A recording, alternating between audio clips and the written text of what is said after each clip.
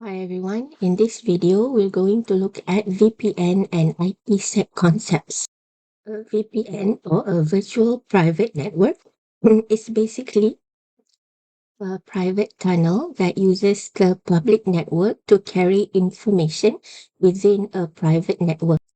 So how we make the tunnel as private adalah dengan menggunakan encryption. Jadi data itu adalah confidential walaupun kita sedang melalui network infrastructure yang digunakan oleh ISP ataupun dikongsi bersama users yang lain. So encryption teknologi yang digunakan adalah IPsec ataupun SSL. So reason why kita gunakan VPN adalah satu, cost savings, sebab kita dah boleh gunakan infrastructure network yang sedia ada. Okay, so kita boleh reduce connectivity cost. Yang kedua, since dia memang gunakan encryption technology, jadi network itu adalah secure. Yang ketiga adalah scalability. So walaupun kita nak besarkan penggunaan network infrastructure kita tak perlu banyak cost, cukup dengan kita punya subscription to our ISP sebab kita hanya gunakan the readily available internet. Yang keempat adalah compatibility sebab teknologi apapun yang digunakan underneath ataupun the underlay network, kita boleh implement VPN ini.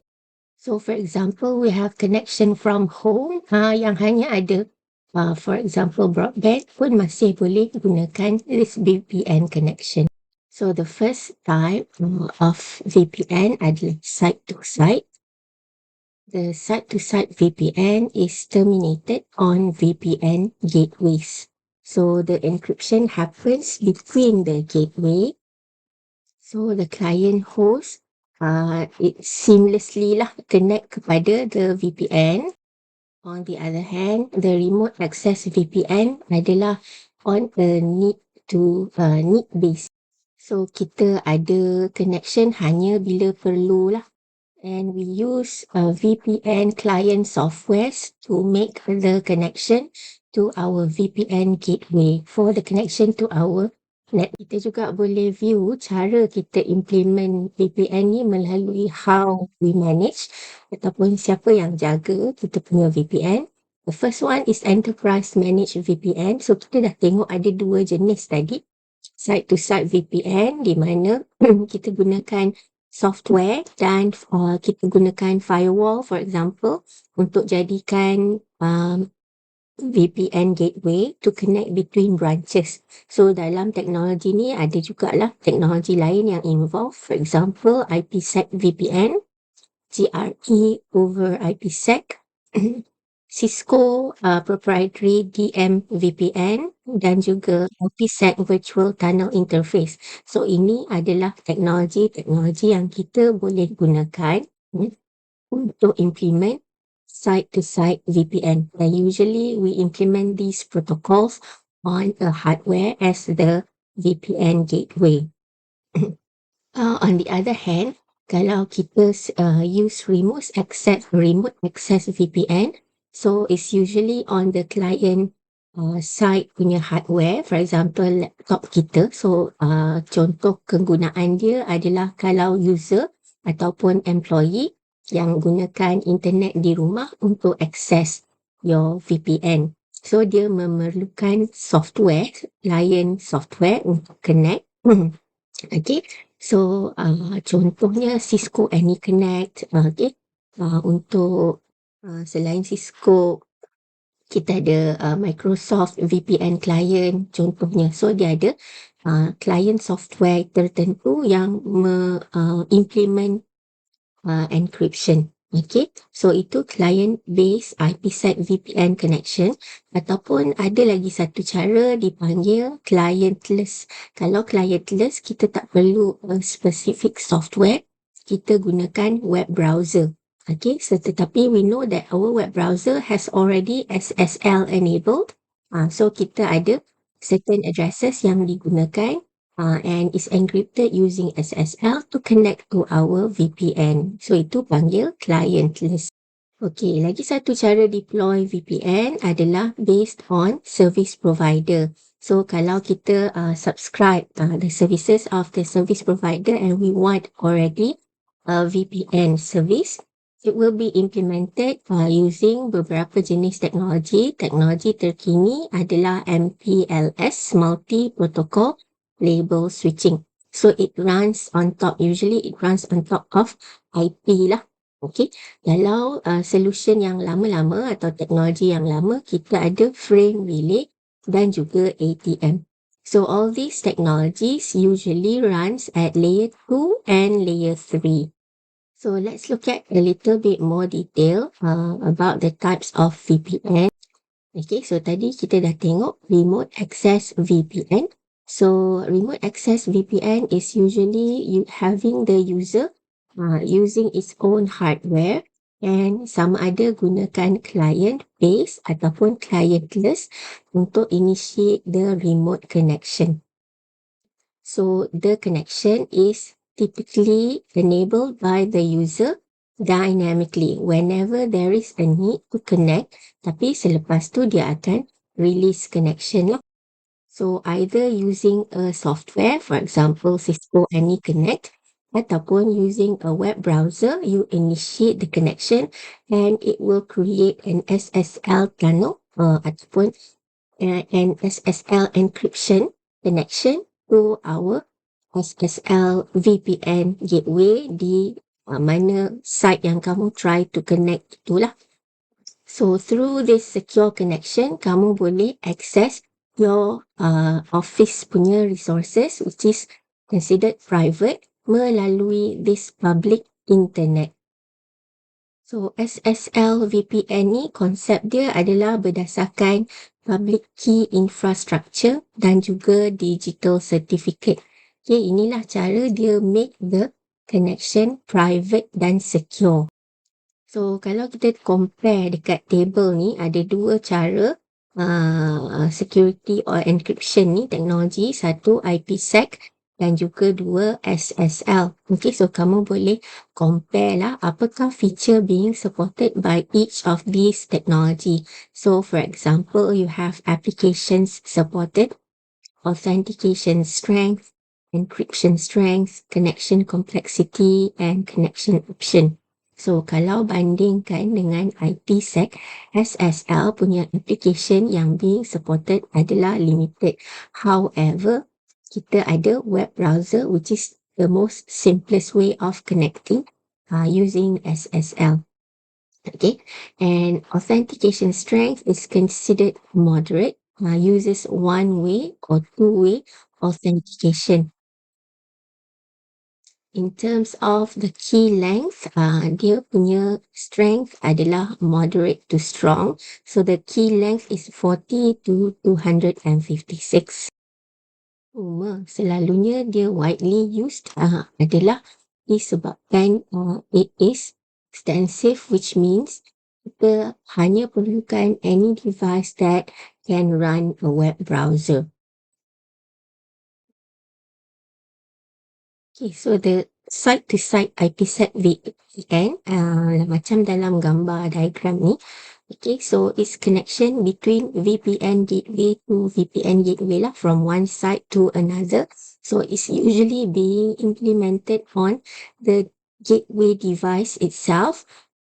So the client tak perlu ada initial software ataupun web browser connectivity. Dia connect kepada internet macam biasa, tapi encryption is being done by the gateway. Jadi, for example, kalau laptop ni try to connect to the internet to access your branch ataupun HQ, for example, the encryption is done bila dia nak keluar ke internet. So, the user is transparent lah. Maksudnya dia tak nampak pun proses tu. Berbanding dengan kalau user initiate dalam remote access tadi. So, satu teknologi untuk site-to-site VPN adalah GRE.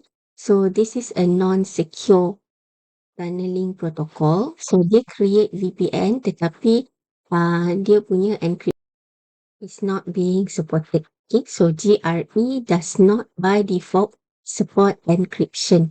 Dia hanyalah digunakan sebagai general tunneling di mana kita encapsulatekan some network layer protocols into another header for a private connection. Jadi untuk secure dia, maksudnya dia kena gunakan additional protocol to provide encryption. Okay, so contohnya kita pakai ITSec to provide another form of encapsulation. Tujuan dia untuk encryption. So inilah rupa dia. Ini the general packet format bila kita try to connect to the internet. Okay, jadi untuk create tunneling, kita encapsulatekan dengan the carrier protocol ataupun for the GRE protocol lah, ini dipanggil secara general sebagai carrier protocol. Kemudian kita nak hantar menggunakan security ataupun encryption, kita encrypt sekali lagi dalam IP header. So ini adalah untuk forward. Ni the hujung lah, the end product dekat network layer adalah digunakan untuk yang ini. Jadi header di sini digunakan untuk transport dia ke destination. So this is called as transport protocol. So inilah contoh kegunaan kita nak hantar OSPF routing information but we want it to be secure. So kita encapsulatekan dengan GRE untuk the tunneling, and to secure this data we use IPsec VPN. So we say that OSPF packets is the passenger protocol, so it would be encapsulated by GRE, which is the carrier protocol, and then we encapsulate again with the IPsec VPN tunnel for the transport protocol. So satu solution untuk kita configure VPN ini adalah Cisco proprietary DM VPN ataupun Dynamic Multi-Point VPN. So tujuan dia adalah untuk promote kesenangan, ease and scalability. Untuk kita create VPN, kita ada banyak site untuk kita connect. So kita guna konsep hub and spoke, dan dengan adanya hub and spoke ini kita boleh provide full mesh topology ataupun one-to-one, seolah-olah macam one-to-one communication dengan semua site. So bila ada hub and spoke, semua spoke site akan establish connection dengan the hub, dan hub ni yang akan sampaikan connectivity kepada spoke yang lain. So dia guna konsep multi-point generic routing encapsulation. So kita dah tengok tadi bagaimana IP packet as the passenger protocol is being encapsulated with the GRE protocol and the IPsec. So bila kita ada banyak site dengan menggunakan MGRE, kita boleh ada dynamic connection between one single GRE interface to support multiple IPsec tunnels. Another technology that can help implement IPsec is the IPsec VTI ataupun Virtual Tunnel Interface. So we can also use IPsec VTI on our Cisco routers untuk implement kita punya tunneling. So instead of using a static mapping on our physical interface, kita gunakan a virtual interface to apply the IPsec VTI. And IPsec VTI also supports encryption untuk multicast traffic. So kalau normal GRE tunnel hanya support unicast traffic. So now if we have IPsec VTI, we can send traffic to multicast destinations without having to configure GRE tunnels. If you don't want to manage our own implementation of VPNs, we can subscribe to our service provider services using MPLS. So in this case, since technology ini kita memang mempunyai traffic yang being encapsulated with the MPLS punya header, jadi traffic kita ni sudah already private lah, secure. Kita punya traffic tidak bercampur dengan traffic subscriber yang lain. So, kelebihan di sini adalah it's being managed by the service provider itself lah. Jadi, tanggungjawab itu terletak di tangan service provider. So, we only need to pay for the service lah. Okay. So, MPLS VPN, kita boleh implement sama ada dekat layer 3 ataupun layer 2. So, kedua-duanya being supported by service provider. So, dalam layer 3 MPLS VPN, service provider juga handle customer routing. Okay, jadi dia yang handle the connection between the customer punya peer routers. Kalau layer 2, service provider tak handle customer routing, so the company has to provide the routing information kepada service provider untuk dia handle the layer 2 encapsulation. So dekat layer 2, dia gunakan virtual private LAN services. So konsep ini adalah seolah-olah kita ada Ethernet multi-access. So I think you've seen konsep ini semasa kita buat OSPF, right? So kita macam ada seolah-olah hub and spoke jugalah. Okay. Now let's take a look at IPsec. So overall sebenarnya IPsec ni adalah satu framework. Jadi framework ini dia ada banyak layers dan dekat setiap layer dia ada option untuk implement teknologi apa. That's why dia adalah yang paling secure lah sebab dia boleh consider sebagai menyeluruh. Okay, so apa maksud menyeluruh? Okay, so dia ada provide possibility untuk confidentiality. So dekat confidentiality punya section, dia bagi option untuk implement encryption algorithm. So ada banyak teknologi, kita boleh set atau configure what kind of encryption algorithm yang kita nak implement. Yang kedua, dia support integrity.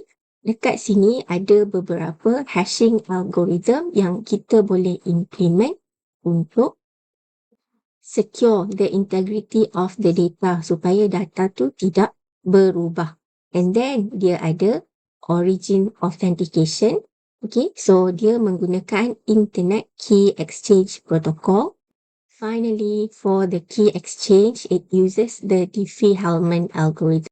Okay, so bila saya kata options tu, inilah dari segi framework, kita boleh tengok secara menyeluruh begini.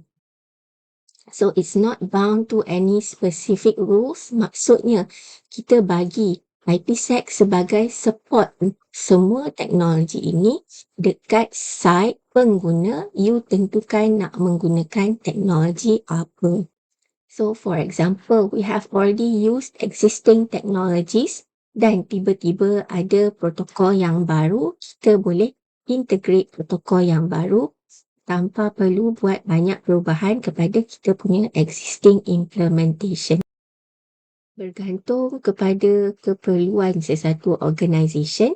Okay, so kita boleh start the implementation dengan mula-mula memilih sama ada authentication header ataupun encapsulation security protocol untuk pemilihan IPsec protocol. Selepas kita pilih AH atau ESP ni, the following layers akan mengikut apa yang kita pilih di layer pertama.